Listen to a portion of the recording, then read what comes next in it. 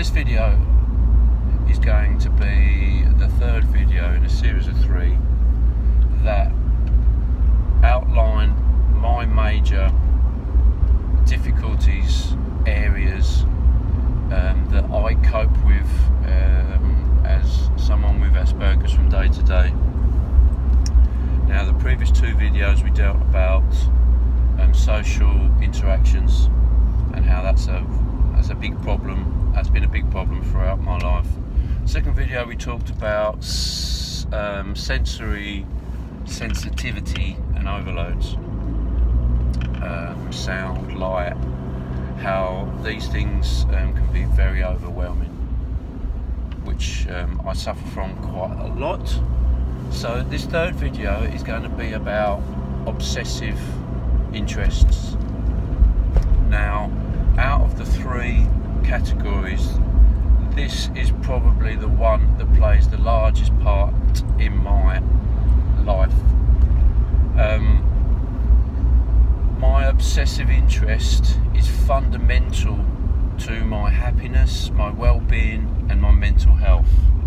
It's a cornerstone to a happy life for me that pretty much supersedes everything else.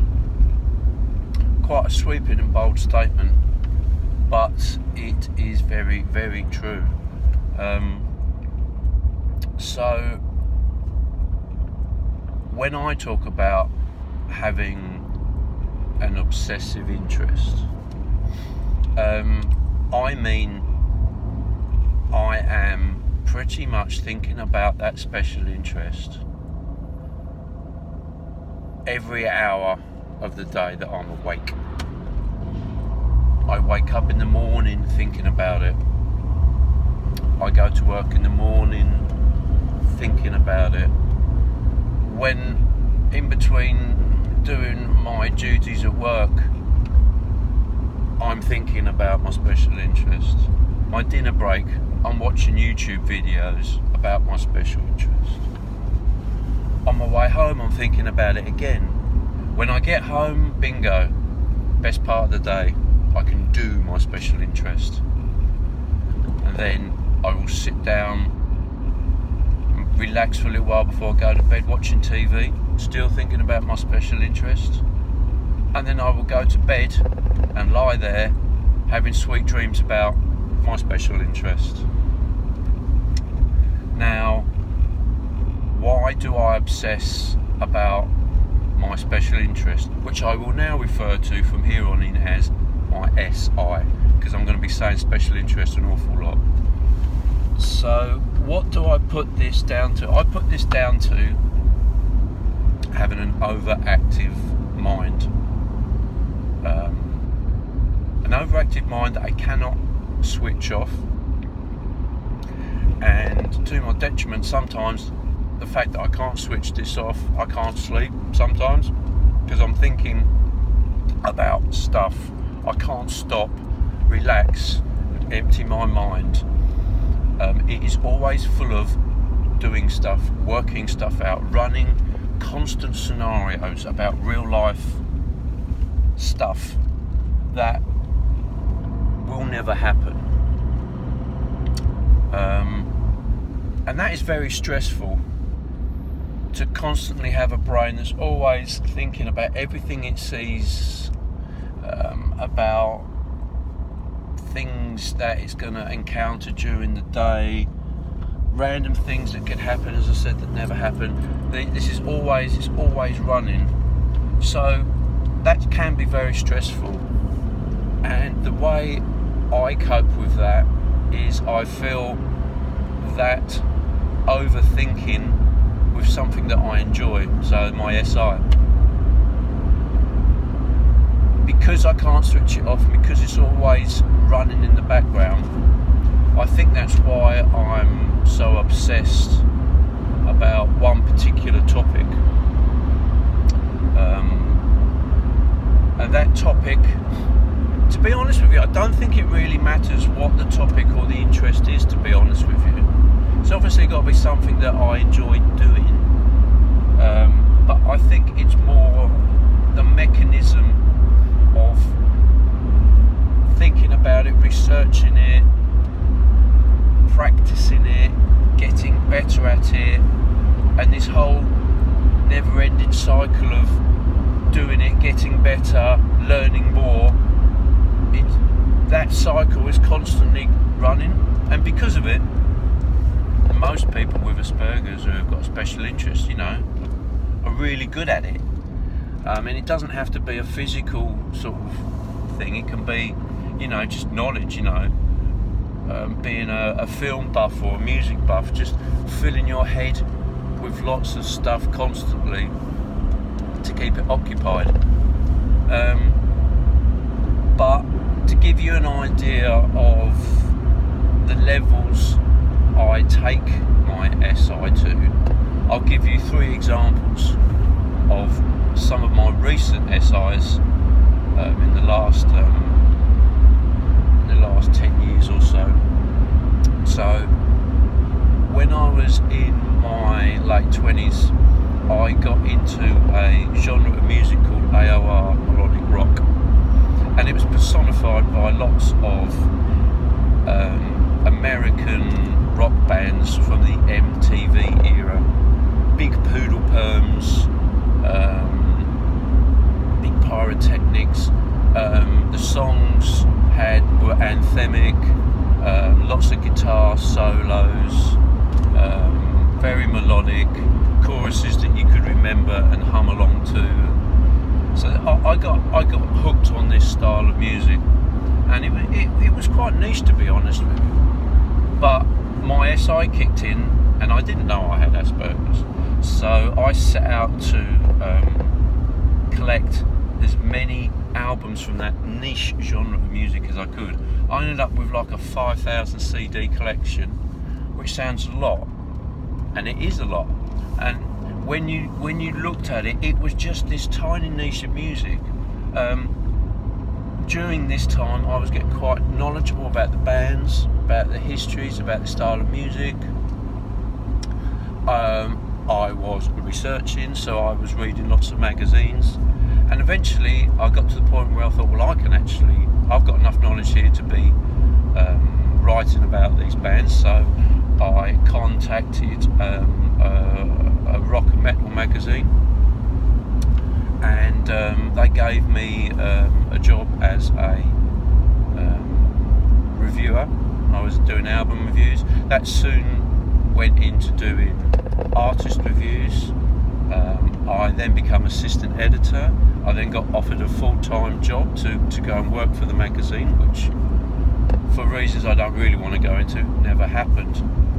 I ended up interviewing people like Iron Maiden, Judas Priest, Black Sabbath. They weren't my niche, but they were part of the magazine's sort of duties and coverage.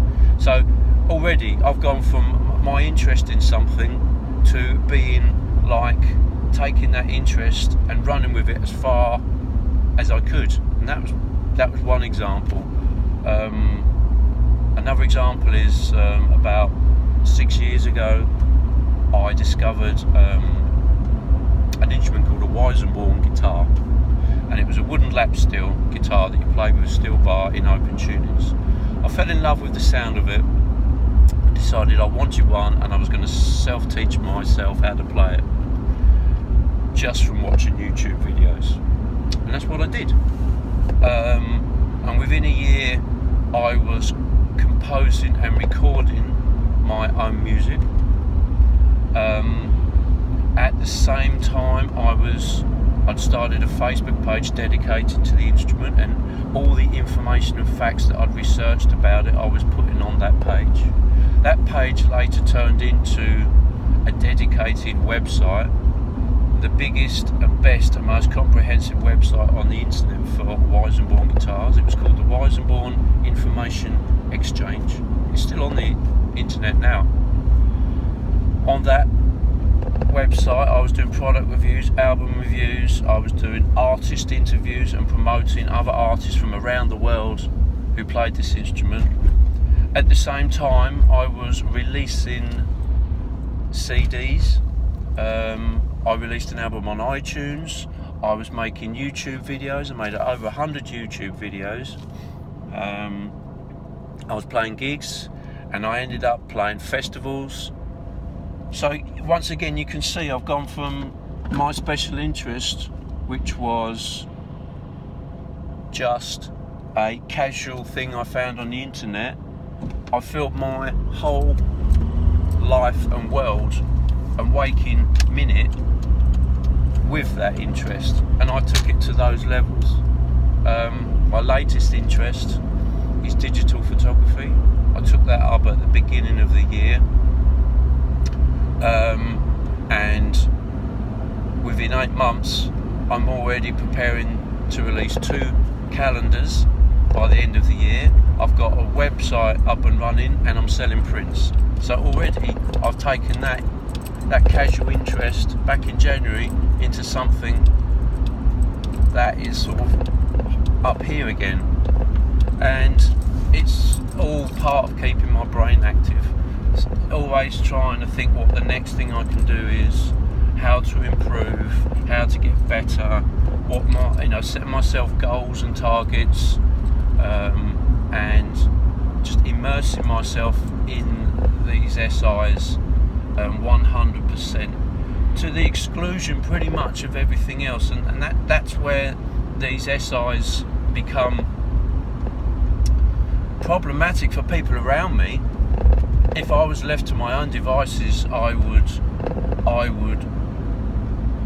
just spend every waking minute on my SI.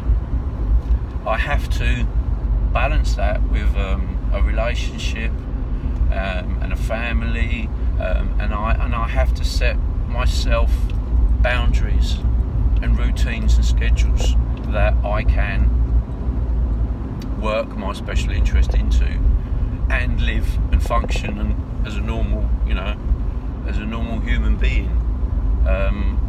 So my whole day revolves around my SI. So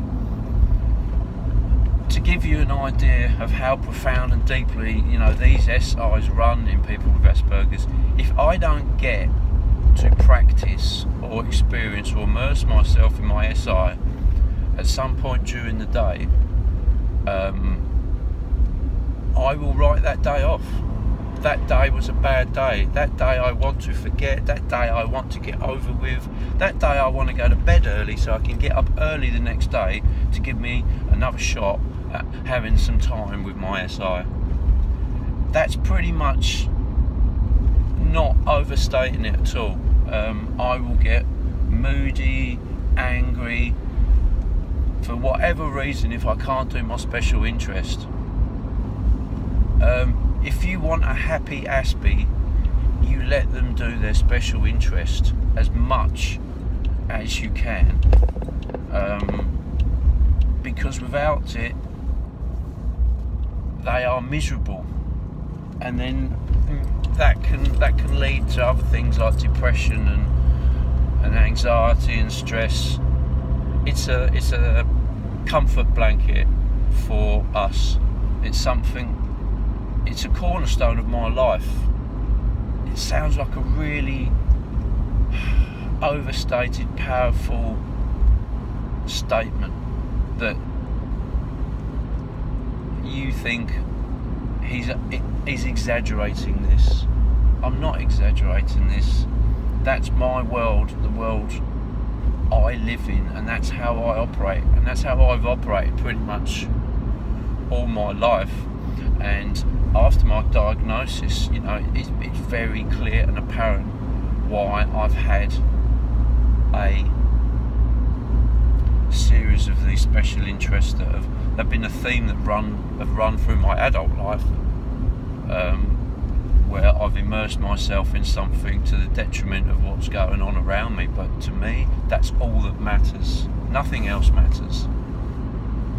So yeah, special interests, they are so important to me.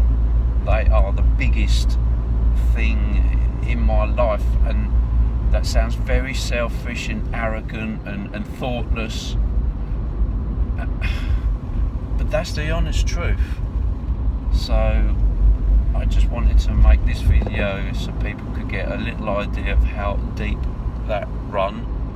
And if you know someone with Aspergers or autism and they've got their special interest that they like doing, you get a really good idea of how deeply that runs in them and how important that is to their happiness.